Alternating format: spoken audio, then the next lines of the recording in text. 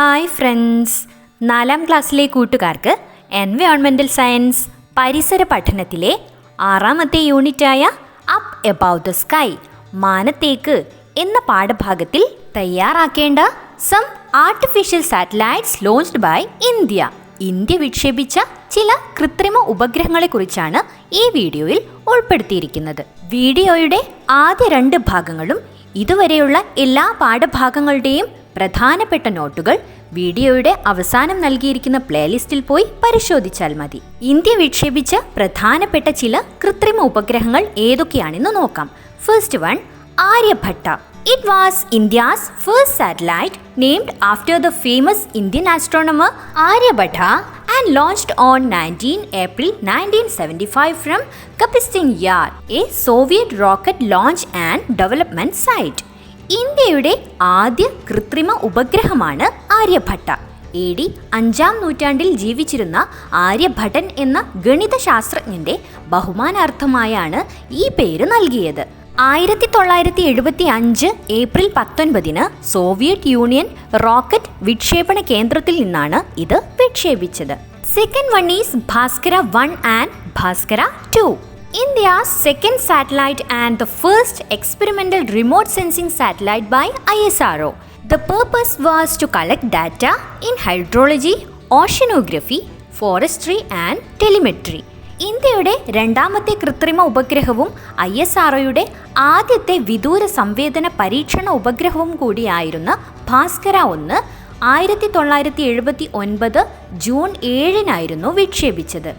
ജലശാസ്ത്രം, സമുദ്രശാസ്ത്രം, വനശാസ്ത്രം, ദൂരമാപനശാസ്ത്രം എന്നിവയുടെ വിവരങ്ങൾ ശേഖരിക്കുകയായിരുന്നു പ്രധാന ലക്ഷ്യം. The objectives of Bhaskara 2 are similar to Bhaskara 1. Bhaskara 1ന്റെ അതേ ലക്ഷ്യങ്ങൾ തന്നെയായിരുന്നു ഭാസ്കര 2നും ഉണ്ടായിരുന്നത്. 1981 നവംബർ 20 ഇത് വിക്ഷേപിച്ചത്. Next one, Apple or Ariane Passenger Payload Experiment. The Ariane Passenger Payload Experiment or APPLE was an experimental satellite launched by ISRO on June 19, 1981. It was used in several communication experiments including relay of TV programs and radio networking. ISROയുടെ ആദ്യ തദ്ദേശീയവും പരീക്ഷണാത്മകവുമായ ആശയവിനിമയ ഉപഗ്രഹമാണ് apple. 1981 June 19 ഇത് വിക്ഷേപിച്ചത്. സമയം, frequency, code division, multiple access സിസ്റ്റങ്ങൾ, radio networking, computer interconnect, random access, packet switching എന്നീ പരീക്ഷണങ്ങൾ നടത്താൻ Apple ഉപയോഗിച്ചു. Next one, IRS-1A. Indian Remote Sensing Satellite 1A was successfully launched on 17 March 1988. This mission to provide imagery for various land-based applications such as agriculture, forestry, geology and hydrology. IRS-1A എന്നത് ISROയുടെ ആദ്യ വിദൂര സംവേദന മിഷനാണ്. 1988 March 17 ഇത് വിജയകരമായി വിക്ഷേപിച്ചു. കൃഷി, ജലം, ഭൂമി എന്നിവയുടെ സ്ഥലവുമായി ബന്ധപ്പെട്ട വിവിധ ആവശ്യങ്ങൾക്കായുള്ള ചിത്രങ്ങളായിരുന്നു ഈ മിഷൻ നൽകിയിരുന്നത്. Next one is OceanSat 1 or IRS-P4. OceanSat 1 or IRS-P4 was the first Indian satellite built primarily for ocean applications. It was launched on 26 May 1999. OceanSat 1 അല്ലെങ്കിൽ IRS-P4 സമുദ്ര ഗവേഷണങ്ങൾക്ക് വേണ്ടി നിർമ്മിക്കപ്പെട്ട ഇന്ത്യയുടെ ആദ്യ ഉപഗ്രഹമാണ്. 1999 മെയ് 26 ഇത് വിക്ഷേപിച്ചത്. Next one is Kalpana 1 or METSAT 1. It was the first dedicated meteorological satellite launched by ISRO on 12 September 2002. Its mission were to collect data in layer of clouds, water vapor and temperature of the atmosphere. 2002 September 12 ISRO വിക്ഷേപിച്ച ആദ്യത്തെ സമർപ്പിത കാലാവസ്ഥാ ഉപഗ്രഹമായിരുന്നു കൽപ്പന 1. മേഘങ്ങളുടെ പാളി, നീരാവി, അന്തരീക്ഷ ഊഷ്മാവ് എന്നിവയെക്കുറിച്ചുള്ള വിവരങ്ങൾ ശേഖരിക്കുകയായിരുന്നു ഈ ദൗത്യത്തിന്റെ പ്രത്യേകത. ബഹിരാകാശ സഞ്ചാരി കൽപ്പന ചൗളയുടെ സ്മരണയ്ക്കായാണ് ഈ പേര് നൽകിയത്. Next one is GSAT-3 or EduSat. It was a communication satellite which was launched on 20 September 2004 by ISRO. It is the first Indian satellite built exclusively to serve the educational sector. It is also an interactive satellite-based distance education system for the country. India's first broadband network on EduSat for schools, VICTORS or versatile ICT-enabled resource for students, inaugurated by Dr. APJ Abdul Kalam in Thiruvananthapuram, has revolutionized classrooms. IT at School project Kerala of EduSat is successfully empower the teachers. വിദ്യാഭ്യാസ ആവശ്യങ്ങൾക്കുള്ള ഇന്ത്യയുടെ തദ്ദേശ നിർമ്മിത ഉപഗ്രഹമാണ് EduSat. 2004 September 20 ISROയാണ് ഇത് വിക്ഷേപിച്ചത്. വിദ്യാഭ്യാസ മേഖലയ്ക്ക് മാത്രമായി ഉദ്ദേശിച്ചുള്ള ഇന്ത്യയുടെ ആദ്യ ഉപഗ്രഹമാണിത്. കൂടാതെ രാജ്യത്തെ വിദൂര വിദ്യാഭ്യാസ സംവിധാനത്തിനും കൂടിയാണ് ഈ ഉപഗ്രഹത്തിന് രൂപം നൽകിയത്. EduSat വഴി രാജ്യത്തെ എല്ലാ വിദ്യാലയങ്ങളിലും നേരിട്ട് വിദ്യാഭ്യാസം എത്തിക്കുവാൻ വേണ്ടിയുള്ള ഒരു പദ്ധതിയാണ് വിക്ടേഴ്സ് ചാനൽ പ്രോഗ്രാം. നമ്മുടെ രാഷ്ട്രപതി ആയിരുന്ന APJ അബ്ദുൽ കലാം ആണ് ഈ പദ്ധതി ഉദ്ഘാടനം ചെയ്തത്. EduSatന്റെ IT at School project Kerala അധ്യാപകരെ വിജയകരമായി ശാക്തീകരിച്ചിട്ടുണ്ട്. Next one Cartosat-1. It is a stereoscopic Earth observation satellite and the 11th satellite of ISRO in Indian remote sensing satellite series launched on 5 May 2005. It is dedicated to stereo viewing of large scale mapping and terrain modeling.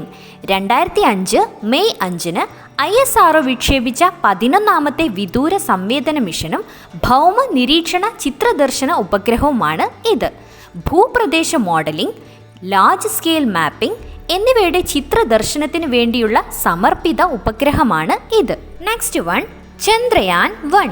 It was the first Indian lunar probe under the Chandrayaan program launched by ISRO on 22 October 2008 to explore Moon. The mission objectives are to design, develop, launch and orbit a spacecraft around the moon using an Indian-made launch vehicle, to conduct scientific experiments using instruments on the spacecraft which would yield data, to increase scientific knowledge, to test the impact of a sub-satellite on the surface of the moon. ഇന്ത്യയുടെ ആദ്യ ചന്ദ്രയാത്രാ പേടകമാണ് Chandrayaan 1. Chandra പര്യവേഷണങ്ങൾക്കായി ISRO 2008 October 22 ചന്ദ്രനിലേക്ക് അയച്ച യാത്രികരില്ലാത്ത യാന്ത്രിക പേടകമാണ് ചന്ദ്രയാൻ 1. ഈ മിഷന്റെ ലക്ഷ്യങ്ങളാണ് ചന്ദ്രന്റെ ഉപരിതലത്തിന്റെ ത്രിമാന മാപ്പ് ഉണ്ടാക്കുക, ചന്ദ്രന്റെ ഉപരിതലവും അന്തരീക്ഷവും അന്തർഭാഗവുമെല്ലാം പഠന വിധേയമാക്കുക, ജലാംശമുണ്ടോ എന്ന് പഠിക്കുക, ചന്ദ്രന്റെ ഉപരിതലത്തിലെ രാസമൂലക ഭൗമശാസ്ത്രപരമായ പ്രത്യേകതകളെ വളരെ കൃത്യതയിൽ പഠിക്കുക എന്നതാണ് ചന്ദ്രയാൻ 1ന്റെ പ്രഥമ ലക്ഷ്യം. Next one is Mangalyaan-1. Another name is Mars Orbiter Mission. ചൊവ്വ പര്യവേഷണ ദൗത്യം. Mangalyaan was a space probe orbiting Mars launched on 5 November 2013 by ISRO. It was India's first interplanetary mission and it made ISRO the 4th space agency to achieve Mars orbit. The primary objectives of the mission is to develop the technologies required for designing, planning, management and operations of an interplanetary mission.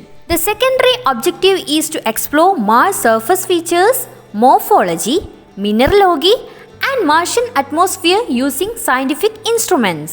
2013 November 5 India വിക്ഷേപിച്ച ചൊവ്വ ദൗത്യമാണ് Mars orbiter mission അല്ലെങ്കിൽ മംഗൾയാൻ. ഇന്ത്യയുടെ ആദ്യത്തെ ഗ്രഹാന്തര യാത്രാ ദൗത്യമാണ് ഇത്. ഇതോടെ ചൊവ്വ ദൗത്യത്തിൽ ഏർപ്പെടുന്ന 4ാമത്തെ രാജ്യമായി ഇന്ത്യ. ഗ്രഹാന്തര ദൗത്യങ്ങൾക്ക് ആവശ്യമായ പദ്ധതിയുടെ രൂപരേഖ തയ്യാറാക്കൽ, ആസൂത്രണം, നിർവഹണം എന്നിവ പ്രഥമ ലക്ഷ്യങ്ങളാണ്. ചൊവ്വയിലെ ജലസാന്നിധ്യം, അന്തരീക്ഷ ഘടന, അണുവികിരണ സാന്നിധ്യം എന്നിവയെക്കുറിച്ച് പഠിക്കുക എന്നതാണ് 2ാമത്തെ ലക്ഷ്യം.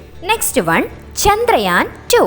It was the second lunar exploration mission by ISRO after Chandrayaan 1 on 22 July 2019. It consists of a lunar orbiter, Vikram lander and the Pragyan rover. The main scientific objectives to map and study the variations in lunar surface composition as well as the location and the abundance of lunar water. ISRO ഏറ്റെടുത്ത് നിർമ്മിക്കാൻ തീരുമാനിച്ച രണ്ടാമത്തെ ചന്ദ്ര പരിവേഷണ ദൗത്യമാണ് ചന്ദ്രയാൻ 2. ചാന്ദ്രപേടകവും ലാൻഡറും റോവറും അടങ്ങുന്ന Chandrayaan 2019 July 22 വിക്ഷേപിച്ചത്. ചന്ദ്രജലത്തിന്റെ സ്ഥാനവും സമൃദ്ധിയും മാപ്പ് ചെയ്യുക എന്നതാണ് പ്രധാന ശാസ്ത്രീയ ലക്ഷ്യം. Next one, Chandrayaan 3. It is the third mission in the Chandrayaan program by ISRO, launched on 14 July 2023. It consists of a lunar lander named Vikram and lunar rover named Pragyan, similar to those launched Chandrayaan 2 in 2019. The main objective is conducting and observing experiments on the materials available on the lunar surface to better understand the composition of the moon. Now, the mission was put into sleep mode after completing its assignments. However, it has not woken up as expected. Chandrayaan 3 found chemicals such as aluminium, calcium, iron, chromium, titanium, manganese, silicon and oxygen. Most important finding is presence of sulfur. Chandrayaan 2 വിക്ഷേപണ വിജയത്തെ തുടർന്ന് ചന്ദ്രന്റെ ഉപരിതലത്തിലെ പാറയും മണ്ണും ഭൂമിയിലെത്തിച്ച് ഗവേഷണം നടത്താൻ ലക്ഷ്യമിടുന്ന ISROയുടെ മൂന്നാമത്തെ ചന്ദ്രദൗത്യമാണ് ചന്ദ്രയാൻ 3. 2023 ജൂലൈ 14 പദ്ധതി വിജയകരമായി വിക്ഷേപിച്ചു. ഇന്ന് ചന്ദ്രയാൻ 3 തന്റെ നിയമനങ്ങളെല്ലാം പൂർത്തിയാക്കി ഉറക്കത്തിലേക്ക് നീങ്ങിയിരിക്കുന്നു. ഏതായാലും പ്രതീക്ഷിച്ച പോലെ ചന്ദ്രയാൻ 3 ഉറക്കത്തിൽ നിന്ന് ഉണർന്നില്ല. എങ്കിലും അലൂമിനിയം, കാൽസ്യം, ഇരുമ്പ്, chromium, titanium, manganese, silicon, oxygen എന്നിവയുടെ സാന്നിധ്യം ചന്ദ്രയാൻ 3 കണ്ടെത്തി.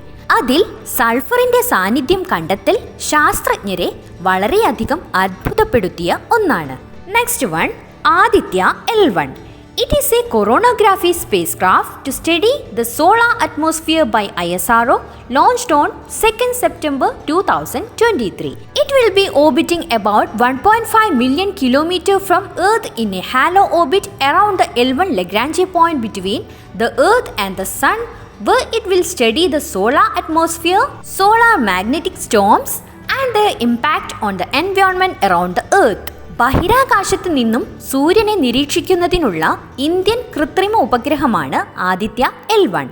സൂര്യപര്യവേഷണത്തിനുള്ള ഈ ഉപഗ്രഹം 2023 September 2 ISRO വിക്ഷേപിച്ചു.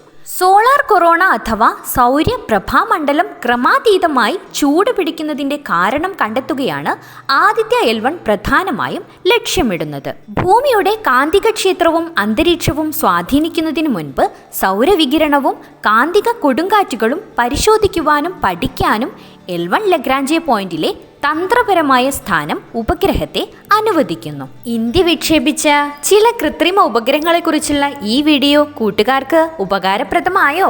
Thanks for watching. If you like this video, please to subscribe and share.